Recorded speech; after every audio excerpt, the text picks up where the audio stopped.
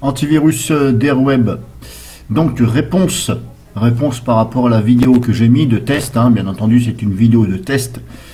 Ce n'est pas une vidéo pour descendre l'antivirus lui-même. Je n'ai pas que ça à faire. Quoique des fois ça peut m'arriver, hein. Mais là ce n'est pas le cas.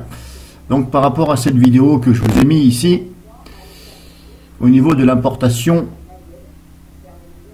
de fichiers .csv. Donc j'ai pris exemple sur une liste de liens phishing que je trouve sur internet. Donc on peut, avec le contrôle parental de Airweb Antivirus, ajouter des liens. Mais le problème c'est que si vous en ajoutez un par un, ben, vous n'avez pas fini. Donc ce qu'il faut faire, eh bien c'est créer une liste en fichier CSV avec éventuellement, moi j'ai pris donc LibreOffice pour faire ceci. Donc par rapport à cette vidéo,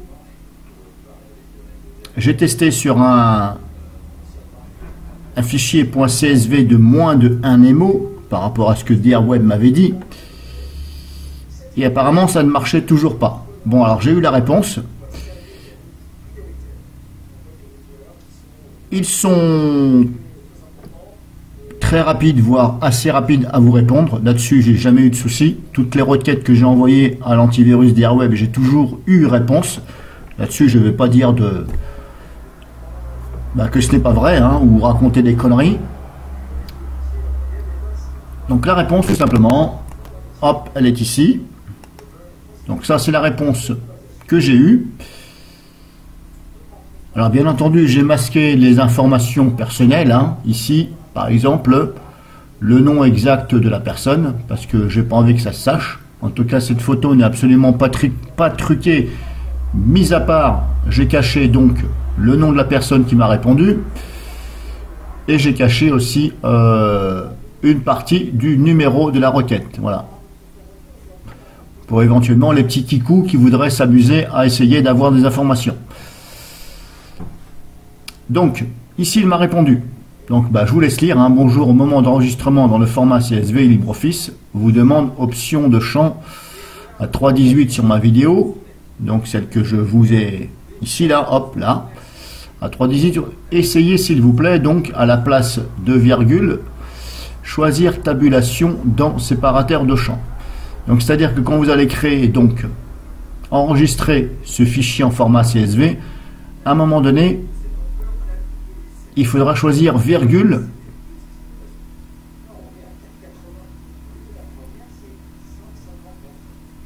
au lieu de choisir, pardon, excusez-moi, au lieu de choisir virgule, il faudra choisir tabulation. Bon, par exemple, c'est tout simple, vous allez donc ouvrir LibreOffice.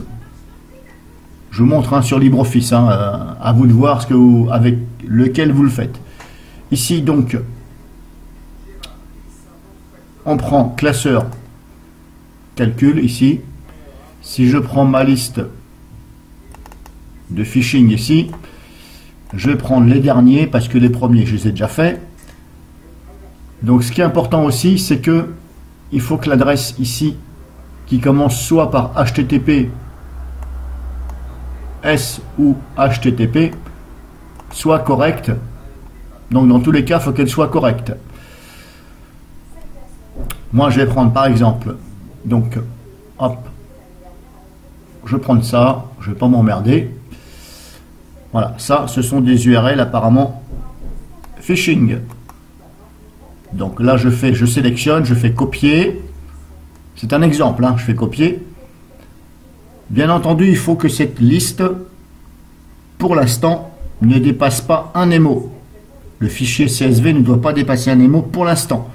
Ils sont en train justement d'ajouter une correction à ceci pour que normalement il n'y ait pas de limite. Bon, alors après je ne sais pas pourquoi ils ont fait une limite alors que ça me paraît pas très logique de faire une limite. Surtout si c'est pour après faire en sorte qu'il n'y ait pas de limite. Bref, c'est un petit détail. On va passer là-dessus. Donc je sélectionne, je fais copier.